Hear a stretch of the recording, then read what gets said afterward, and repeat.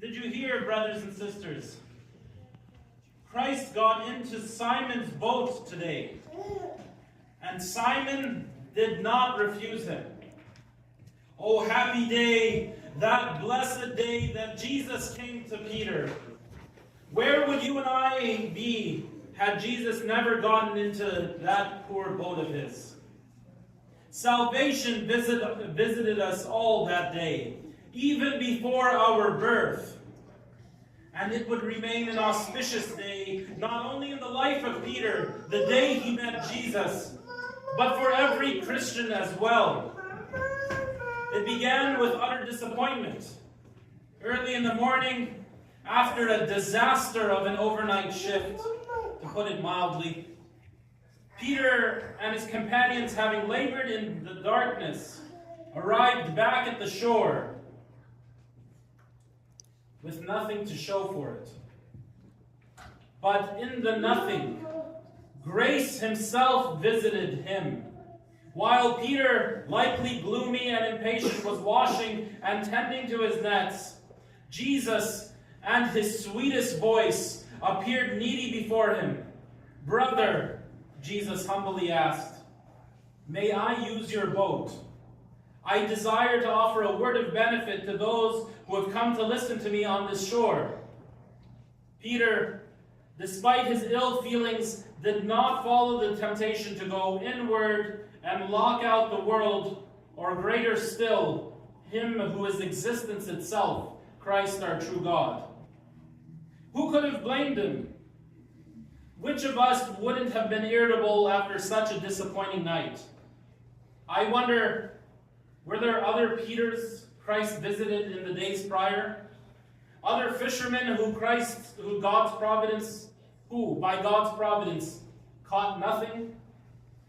And at the moment of Jesus' need, they responded with the understandable lack of charity, and thus dismissed the King of Glory who desires to enter.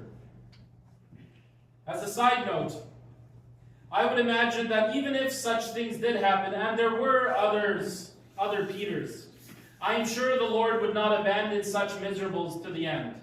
After all, he chased me, he chases you, and continues to bless us despite the many times we have dismissed him from our presence, and didn't give him our time, neither our treasures. If I had to offer a guess, I would say, indeed, there were many other Peters visited in the days of Jesus. Many others weighed down and distracted by everyday setbacks of life, and many who were sadly inattentive to the request and the invitation of the Lord. So here's today's thought. Attentiveness, or more accurately, watchfulness, is a spiritual discipline of Christian life par excellence. It is unfortunately underappreciated, especially in our times, and yet likely more needed in our time and space when we are very casually bombarded by the ideas and thoughts of others, especially from voices that aren't interested in our salvation and neither are interested in our deification. It might be true, and this is one of the favorite things that I think, this is perhaps the time when this hyperbole is not hyperbole at all.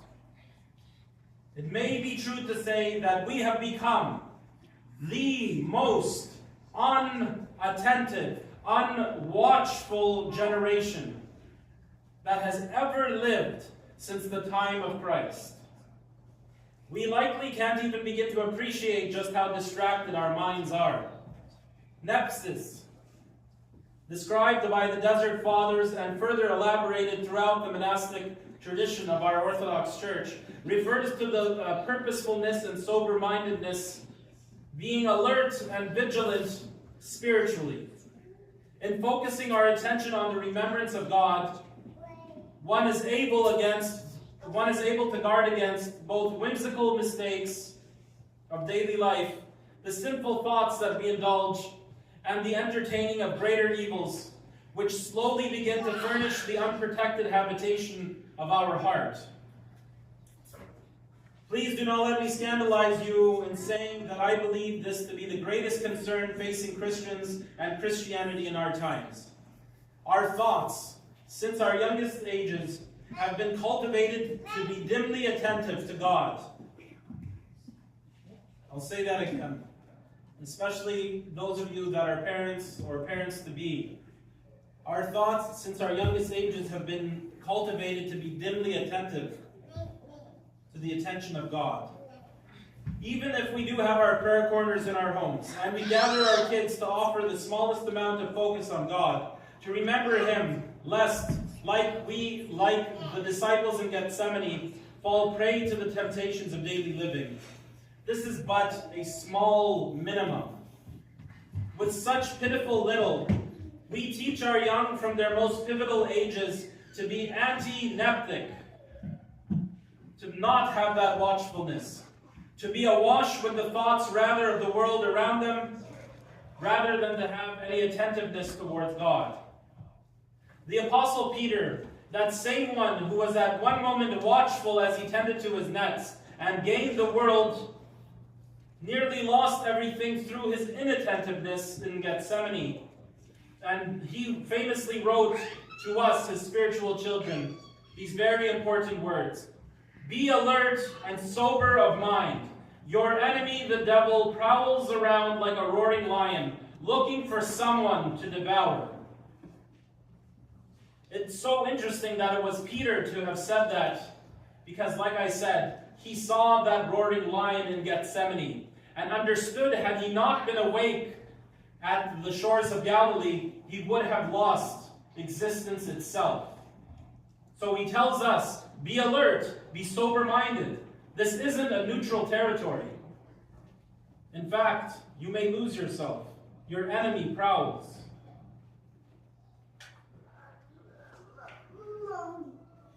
Our enemy is not passive and is not distant. The apostles, the Apostle Peter, as though grabbing his children, his spiritual children by the shoulders and giving them a shake, is saying, the devil is seriously on the hunt, looking to devour those that are not paying attention to God. Unlike other modern cries of wakefulness, we are not to be giving all of our attention to the issues which surround us and devise plans to undermine the sins found within them. We needn't be woke, as it were, whether conservatively woke or progressively woke. We needn't be woke. In fact, when the Orthodox Church and the Fathers spoke about being watchful and awake, they had other things in mind. We need to be watchful, not of the movements and the counter-movements to the perceived evils that surround us, but rather we need to be wakeful and watchful of God alone. God alone. To keep guard over one's nous, over one's mind, to ensure that our spiritual center is focused on God, who is the source and summit of our life. Every deviation of our soul from Him is a kind of idolatry, a golden calf, which substitutes truth with partial truths. And it is through these partial truths that we will eventually lose our way. Daily, dear brothers and sisters, from the minute we open our eyes, we, us 21st century modern men, find ourselves in the marketplace of thoughts. But of course we don't realize this because we take for granted how much comes from us and how much comes from the elements nurturing themselves into us. It is difficult to the one who has no consistent dialogue with God, or put another way, it is difficult for those without a life of unceasing prayer to discern the evils being peddled to us as good things from our enemy, which is looking to devour us. Let me give an example of such. Few, if any, who defend abortion, for example, do so because they believe it is a moral good to kill humans. I have yet to meet someone who's told me, I support abortion because I enjoy the killing of humans. I've never met somebody who said that to me. I just haven't.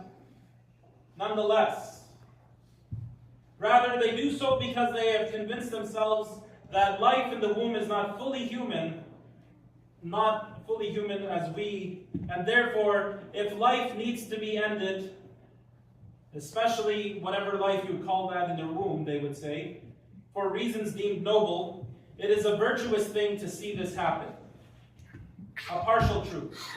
People so awake that they actually have no idea that the devil is roaring about, prowling for them. Because their wakefulness is not to the direction of God. It is to the direction of other evils. And so they get tripped up, evil by evil, trying to counter and recounter. Though present company might all agree on the horrors and the sinfulness of abortion, I take for granted, we might have hiding and lurking in our hearts ingrained sympathies to other golden calves. Sins either defended or outright we fail to see because they have settled so into our inner sanctum of our soul that no guard was ever truly set to watch over that thought. How many moments of judgment pass us by daily? How many moments of actual encounters with the living God who asks us a favor?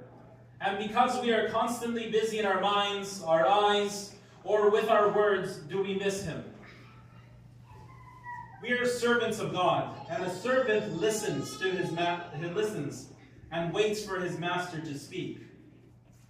Unless we're not servants, and we have no time to hear him speak, I don't care, because maybe I am my master. If our hearts and minds are constantly full of chatter and searching out other babble, we will remain in a state of perennial confusion. We assume we are our own masters, but in fact, our sins, which we have submitted ourselves to wholly, are now indistinguishable from us. And though we are certainly slaves, we parrot Pharaoh so well that we dupe ourselves into believing that we are Pharaoh. But in fact, we just parrot the words of Pharaoh. We are Pharaoh's slave when we are not watchful. Our disposition, therefore, must be made certain to be a listening servant to our Master, the living God. We must cultivate real space for God to speak to us. And this can really only be through an ongoing, ceaseless life of prayer and spiritual exercises. And to do these things with a childlike obedience. Nepsis begins with keeping watch over the little things of our spiritual life. Do we have a daily prayer rule? I ask you. Do you have a daily prayer rule? How could you not? You just then walk out of the house and submit yourself to every thought under the sun, listening to Fox News or CNN or the CBC, and act like that's normal? Who is your master? Where is your wakefulness? For those with children, do we draw them into our prayer rule? Or do we just leave them sort of going about, being tossed to and fro by the ideas that they get to share with other people? Do we fast when the church requests us to fast? Do we attend the services from their beginning? Do we do these things, or do we remain slack-jawed and dim-witted to the reality that exists around us? Let us attempt these routines, even if our heart remains far from desiring them. If we can begin as a matter of first principles, that indeed there exists evil, which I have made myself too comfortable toward, and in this comfort I find myself adrift and dying. Let us be so foolish as to follow, if only blindly. I call it blind foolishness. Let's enjoy that. The tenets of the faith. Tenets of the faith. Until at which time our pursuit of Nepsis becomes fully born into theoria, or illumination that will lead us to deification. Let us begin our focus on God first by force, then by habit, which will eventually turn to pure desire. Let us begin our focus on God first by force, then by habit, and which will turn eventually to pure desire. If we look to the saints, many of them did not start just completely aflame with God.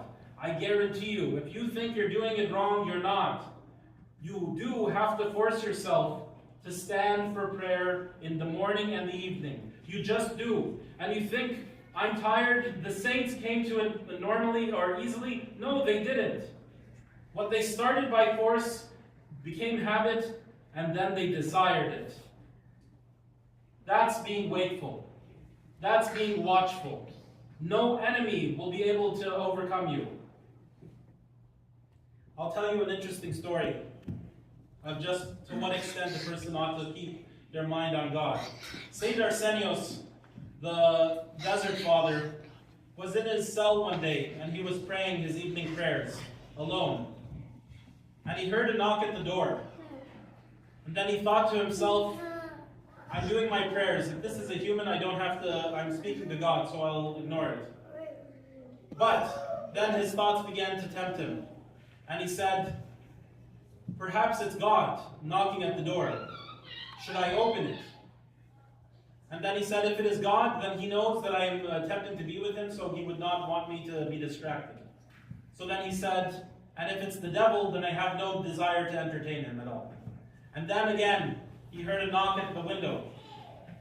And he said, if it is God, I should not leave his side right now, who I am praying to. And if it is the devil, I will not give my attention to him. He gives this example that in the moment of even prayer, or us being with God, the devil will try to pull that wakefulness away from us. Perhaps a life lesson, when you go to your prayer corner, turn off your phone.